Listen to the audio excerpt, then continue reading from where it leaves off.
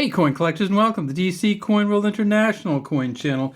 And today it's the Walking Liberty $half from the United States from 1943, and we see one of them right here in the middle. And you might be wondering what these other coins are doing here. And if you know about Walking Liberties, then you know that right down here there's a mint mark, and that is the S for the San Francisco Mint.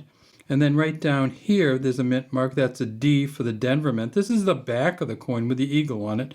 And then if you look way up here, you see there's no mint mark. And that means this one at the top is from the Philadelphia Mint. So all four of these coins were from 1943.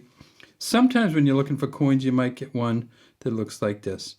And realistically, you are out of luck in terms of value for collector's value at this point, but you're still talking about $10 or so or more worth of silver. So if you get one of these and you have a bunch of them that are worn out like this, sell them and get some in better condition because they're worth $10 each.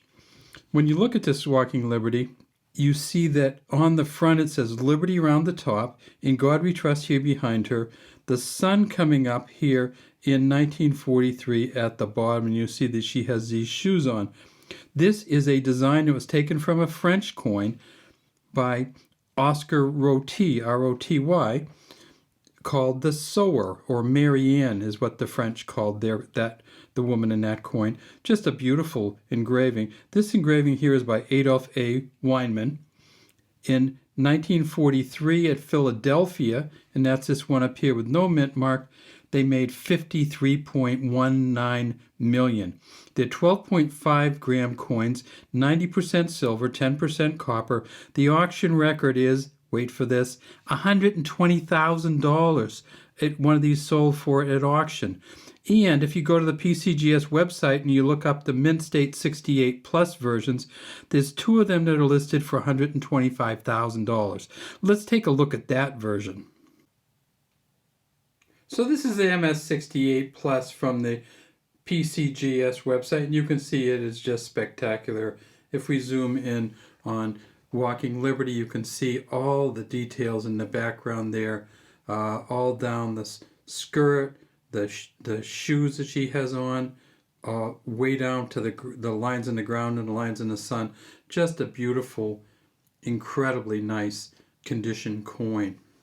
And then if we look at the back, you get to the eagle and you can see feathers on the back. You never see any of these feathers on any of the Walking Liberties. So when we look down here, we see the cactus, and down there the talons on the feet. Just such a spectacular coin that you can see why it would be worth a lot of money. Now, whether you think it's worth $125,000 or not, that's another question, but you certainly will never see one better, and people want them, and they're willing to pay huge amounts for the best ever made.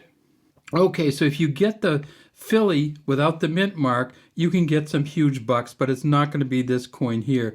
You see we don't have hardly any detail here any other way through. And if we go to the back to look at the eagle, we can tell that these are feathers, but no feather detail here at all either. Not much cactus detail, but this coin again is worth probably over $10. And if you get one that you can see the mint mark on, like this one right here from San Francisco, and there's that S, we magnify it way up. The San Francisco Mint made $13.5 million. And the auction record for San Francisco is $66,000. So San Francisco has some huge valuable ones too. Currently though, the Mint State 67 Plus, the value has gone down somewhat, and it is only, if you can say only, $31,500, and that's because they've found 16 of the Mint State 67 Pluses. They don't have any Mint State 68s yet, but the Mint State 67 Pluses, when you have 16 of them, you kind of spread the money among all 16, and you end up with $31,500. We also said that that we have one from the Denver Mint, and that's this one here with the D. And at the Denver Mint, they made 11.3 million of these. The auction record is $51,175. The current high price for a Mint State 68 on PCGS is $37,500 because, again, at the Denver Mint, they found 8 of the Mint State 68s, and that's where the value gets really high. Now, some of you might know that the U.S. continues to produce half dollars. The current ones are the Kennedy half dollars, and here's a 1964 version. In 1964, these were 90% silver also, but that was the only year. After 1964, from 1965 to 1970, they were 40% silver. So the current ones, and here's a current one right here. This is just a beauty. If you look at it, you can see it already has a little bit of color on it. This is the 2025 Denver coin. We don't know exactly how many they're going to make because they're still making them, but it probably will be in the low millions. And then there is a 2025 Philadelphia coin. You can tell it's Philadelphia because of the P down here. And if you want to get one of these new half dollars for the Kennedy halves, you're probably going to have to go to the U.S. Mint or your coin dealer and get it online. You can buy these in bags of 200. You can buy them in $10 rolls with 20 in each roll, or you can get these in mint sets if you look for them. And another coin that you might think about when you look at the Walking Liberty half dollars, other than the French coin, is of course the American Eagles.